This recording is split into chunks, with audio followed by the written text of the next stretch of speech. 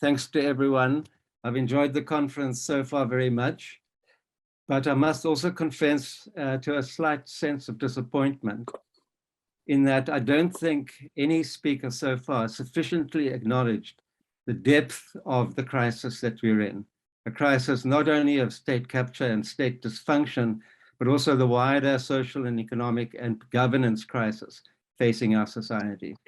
And we are not the same country that we were 4 years ago. And I don't think we're taking sufficient account of the limitations on our past strategies and the need to come up with new strategies. That is the main thrust of my presentation today. I'll go quite quickly through a number of slides. So my presentation is entitled Tenure Reform from Below in an Era of State Dysfunction. And here's my key argument. My argument is that the key focus of civil society to date has been tenure reform, laws and policies at the national level. But elite capture and state dysfunction mean that at the moment, positive gains are unlikely in respect of either law or policy or implementation. Rather, I think, civil society should refocus its efforts on local struggles through democratic politics and a number of solidarity alliances. In other words, a rethink is necessary.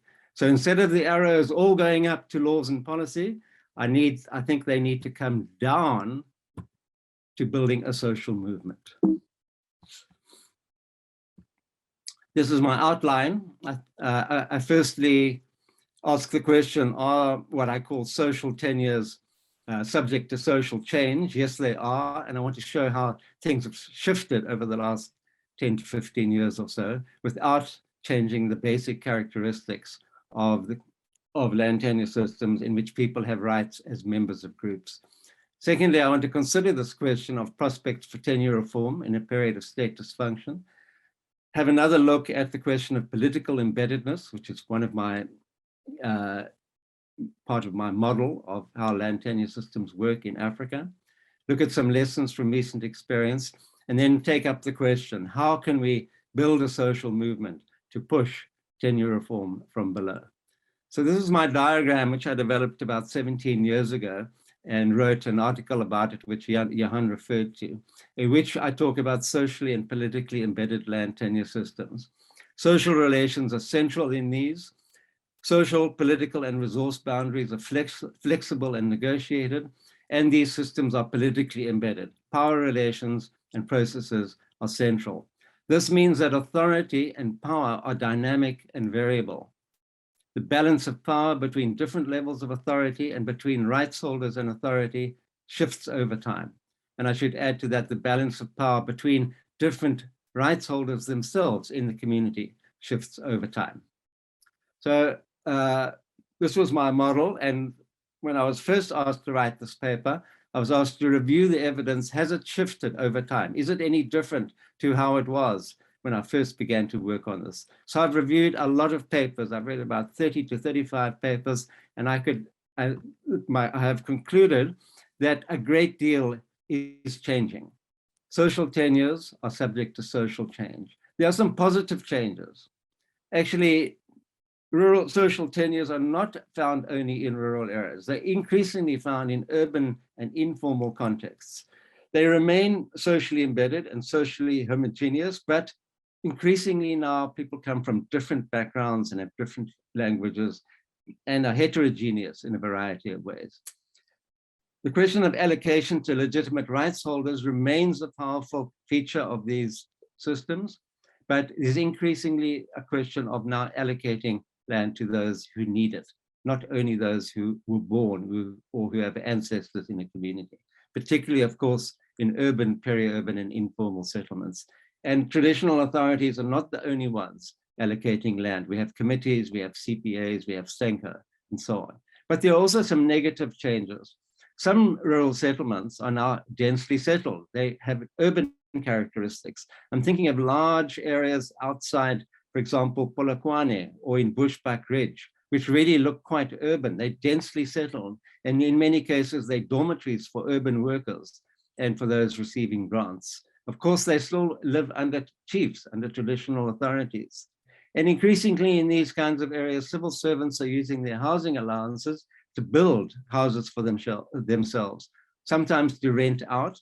Often they're not paying for services, or they're not paying any rent, so it suits them. And often they're investing in cattle herds. So mansions are going up in so-called rural areas. This is a very different situation to the one that we think about when we imagine a rural community. There's often not enough land for cultivation, and chiefs and sometimes committees charge fees or take bribes for people to give plots to people to build on. So social change can be both positive. I think what we've demonstrated here is the flexibility and adaptability of customary systems. They adapt to change in society, but they can also have negative kinds of changes as well. It's not a simple thing. And just as living law implies that law changes and adapts over time, I think the same applies to customary law. One of its key characteristics is its nature. It's built on process and it's built on social change. It is adaptable and flexible. This is one of its inherent strengths. And of course, this is how common law changes over time as well, as Sindiso pointed out on day one. And the Bear Judgment of 2005 tries to capture this by talking about living customary law, acknowledging that the rules are adapted to fit in with changed circumstances. But the question arises, whose interests are served by changes in living customary law? What I would argue that this is partly a matter of local politics. In other words, we have to see law, all law, not only customary law, but all law as politics by other means. So, coming to my key question, what are the prospects for tenure reform when the state is incaptured or incapable? And as I indicated earlier, we live in a time of severe crisis, severe economic, social, political, governance crises. Is it appropriate to carry on our struggles as we have in the past? So I would argue that it's clear from everything that everyone at this conference has said so far, that the policy stances of the ruling party and the state are strongly pro-chief in rural areas and strongly pro-titling in urban areas. So we've got that major obstacle. What are we going to do about it? Is it possible to change that? So let's look at some of the negative aspects of our strategies to date. Yes, we have won some successes. Yes, we have had some legislation struck down, and we've had other legislation altered. Has policy really shifted? Has that policy, as the stance of the state shifted? Is there any kind of implementation of a progressive policy likely to happen? Well, contesting policy or the constitutionality of legislation is, of course, long-winded and costly. And it ties up lawyers, researchers, and activists, sometimes for years. Success is never guaranteed, as we've seen with the TKLA. And meanwhile, on the ground, as we've heard in the conference, ordinary people remain vulnerable to corrupt chiefs, mining companies, other business people, while this litigation and policy advocacy proceeds often quite slowly. So I would argue that we actually have to rethink what we're on about here. We have to adopt a different mindset, and I'm going to try and spell out what I think it should be. Let me return to the question of political embeddedness, i.e. the idea that authority and power relations are dynamic and variable. I want to quote from Celestine Nyamu-Musembe's work. The further removed the formal law and policy is from nuanced practice at the local level, the less relevance and legitimacy it will have in people's lives. People are politicized because they know that the formal law and policy is not relevant and legitimate in their local context. And the community members and the activists who are here can bear testimony to that. To quote Aninka Claessens, the living law approach includes the multiple actors who are engaged in confronting, negotiating, and changing property relations and power in day-to-day struggles. So my argument is this: should, as civil society, not focus its efforts on helping people to win these day-to-day struggles? Should we not shift attention away from national policy, legal frameworks, down to people on the ground, where they are attempting to engage in those day-to-day struggles and help them to win those struggles. I would argue that land struggles do not occur in isolation from struggles in other areas in society within the wider political economy. This was true in the period of apartheid. If we think about the Ponderland Revolt, the challenges by radical youth to corrupt traditional leaders in the 1980s, they were part of a wider set of struggles. And I think it's equally true now. And so I think we have to relocate tenure reform and our efforts to protect people's rights in another kind of wider political context, a post-apartheid democratic project, which is now under threat. And if we are going to recover it, we're going to have to go back to the trenches of struggle. So where do these struggles break out?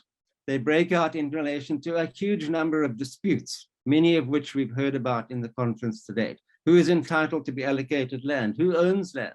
How is land allocated? Is the payment of a fee necessary?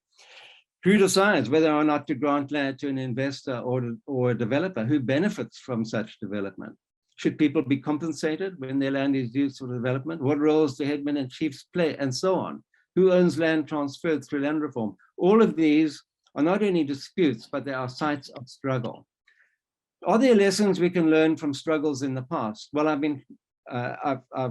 my attempt in the paper is to draw lessons from 3 struggles. I mentioned only one here, the case of Motwaneng in Ragwadi, which Anenka wrote about in both 2001 and 2008 in our book, Land, Power and Custom. And there are many lessons you can draw from this extraordinary tale. We don't have time now to go into detail, but basically this particular community had a history of independent land rights, were placed under a powerful Khoshi, Chief Matlala, who was previously a minister in the Lebowa government. Matlala took transfers to the tribe in early 1994, just before the democratic elections, but this is now inaccurately perceived to give title to the Khoshi. It's not actually the case. But he allocates lands to outsiders. And if people march against him, as did the Motwaneng people, saying, please, Khoshi, we actually own this land, please acknowledge our rights to it, they are met with repression. They were forced to stand in the sun for an entire day, not being allowed to go and relieve themselves. And subsequently they were abused and they had to retreat. The problem here was that they fought that battle on their own. They were isolated from others. There was no solidarity possible from people fighting similar struggles. Hopefully, with a movement, a social movement, today we can overcome that isolation. So there are important lessons to learn from such cases. History counts. There are very complex local histories, which Anenka's analysis lays out. And this is true for every local situation. It is always unique, it is always complicated. And local struggles are rooted in that complexity, rooted in those circumstances. So one size does not fit all in terms of our strategies to try and succeed. People, I think another important lesson, people do not see any contradiction between custom and democracy, between rights and culture. In both systems, in fact, there's an emphasis on local decision-making, participation in debates, seeking agreement, and requirements for accountability. And of course, accountability to the people, which is a key value in both systems, is a threat to powerful autocratic elites and their partners in crime, like mining and other companies. But actually, the power of those elites can be countered by successfully asserting the power of community members. But to do so, we have to overcome the relative isolation of local struggles. Support from wider alliances is often needed to succeed. And of course, there are also examples of some successes. For example, the Amadiba Crisis Committee in respect of mining in Kolobeni, which we heard powerfully about just yesterday. Some communities exert their power to disrupt or prevent elite projects from taking place. Most rural communities do not exert much structural power, but when they are disrupting projects of the elite, they do in fact also exert structural power. So my key questions: can a democratic politics be combined with one focused on rights derived from custom? I think they can. What laws provide protection of land rights and guarantee the right to engaging in political activity? We actually have made huge advances since the advent of democracy in South Africa. Our constitution is vitally important. And we've won some struggles with respect to land rights as well. It's important to build on the political space and the protections that they provide to further the struggle in the current circumstances. Some legal judgments and precedents can be brought to bear. And I think we need to ask another question. Are we talking only defensively, or can our struggles also in some way be transformative? Can they have a wider ambition? Can they seek to engage in a struggle to transform society more generally, which is so urgently needed as we slide backwards into the rule of gangsters?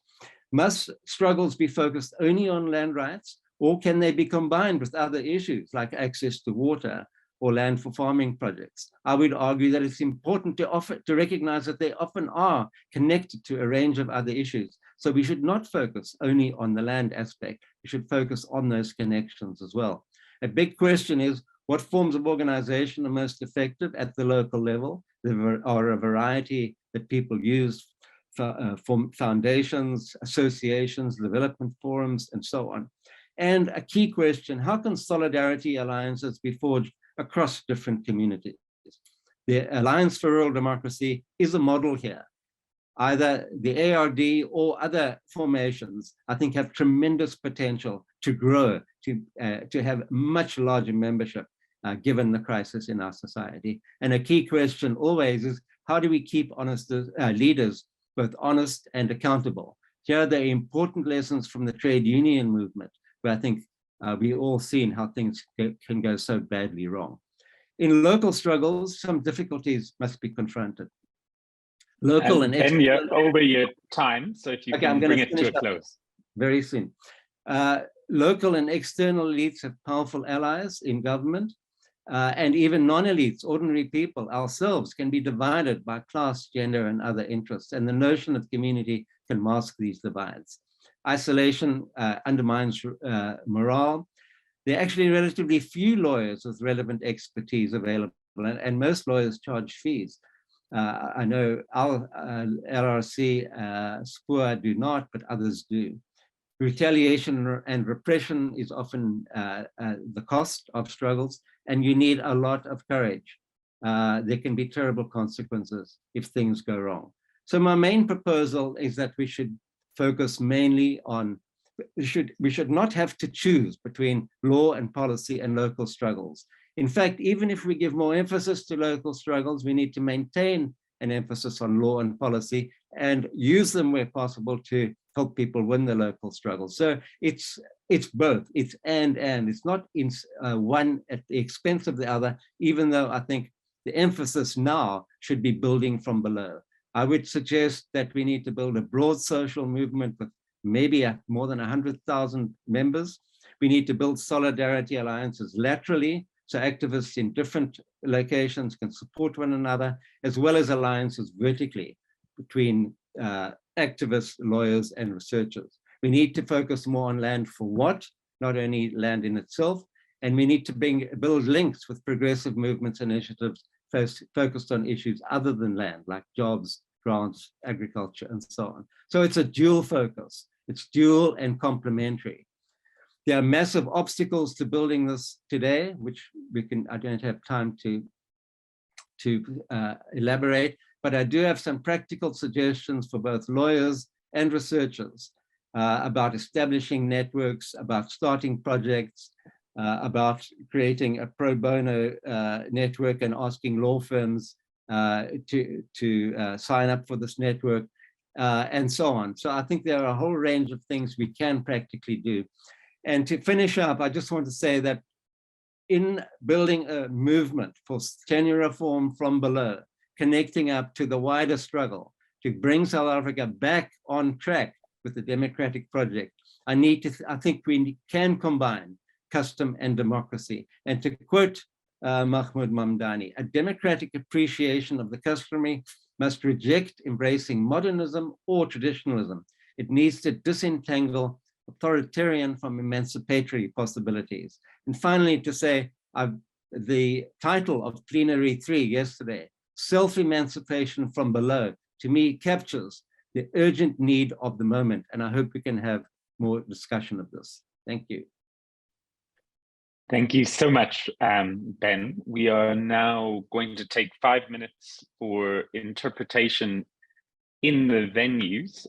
Professor Hall has had a great suggestion, I think, of using this 5 minutes for those of us who are online to have discussion and engagements. So I did ask if anyone wanted to specifically speak on the online session, but I didn't. I've seen lots of great comments, but maybe if people can, if there's anyone who wants to, particularly anxious to speak up, feel free to raise your hand. But in the meantime, I think I'll just highlight some of these excellent comments. Yeah, Vishwas. Thank you to the panelists. This is great so far. Just to kind of pick up on what Ben was raising, the provocation and the challenge to us, I think he's really on the mark in terms of provoking us to think about a new paradigm of power. But it's not a new paradigm per se. And I think there's a whole litany of historical examples that we can draw from to rethink a new politics of power from below. The labor movement has given us some examples, and he's alluded to that. There have been other kinds of social movements around water, etc. And I really think that this new paradigm of power has to recognize the challenges of the climate crisis and the just transition. I think this is the key frontier for most of our struggles. And I really think that the notion of democratic systemic reforms is something we need to think about. You can have weak reforms, you can have strong reforms, and you can have transformative reforms. But crucial here is building structural, systemic, movement, symbolic, and even direct forms of power. I just want to leave that there in the conversation. Maybe Ben has other thoughts on the panel. Thanks. Thanks, Vishwas. Don't see any other hands. So let me just look at some of these comments. Andries du Toit said what Ben is saying about the dynamics of land struggles in local settings is not only true in rural areas. Similar conflicts around occupation, eviction, the right to remain on land occur in urban areas. Is there space for alliances around land struggles across the rural-urban divide? Tana Mahoka agrees with Andries about the urban land struggle and linking it to wider alliances. Rudy says Ben is summing up so many relevant issues. Great.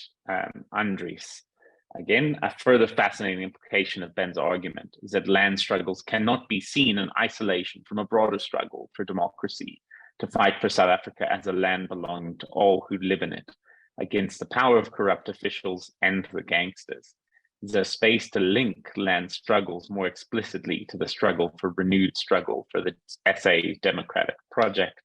Itumeleng says, to respond to Prof. du Toit, would the trigger not be the material conditions of people in both rural and urban areas that would ultimately determine the extent to which they become conscious about these things, and then realize, as Prof. Cousins said, that the post-apartheid project is under threat? It can only be recovered by a back to the trenches approach.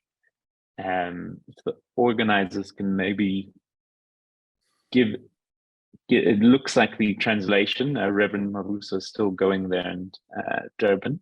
So Ben, if you want to take 60 seconds. I just want to respond to what Vish said. I think the ecological crisis is not something happening somewhere else. And it's not going to happen in the future. It's happening right now. And it's one of the reasons why there's a crisis of livelihoods, a crisis of cost of living, as they put it. It's because, in part, of the climate crisis. Of course, it's the failure of neoliberal capitalism as well, which is, of course, one of the prime reasons for the climate crisis. These things are not outside our lives. They're partly why you don't have a job, you don't have income, you're struggling to survive. It's why elites are trying to get hold of your land. They're trying to recover their profits in a situation of crisis. I think embracing the climate crisis means taking livelihoods, and in our case, land-based livelihoods, much more seriously. And I really think this division between land rights on the one hand and how people make a living for themselves on the other has to be overcome. And I know that in real life, in people's own lives, those connections are there. They are made. But I think as analysts, as researchers, as lawyers, we don't make those connections. And I think we are partly at fault for not providing adequate intellectual leadership to these struggles. Thank you.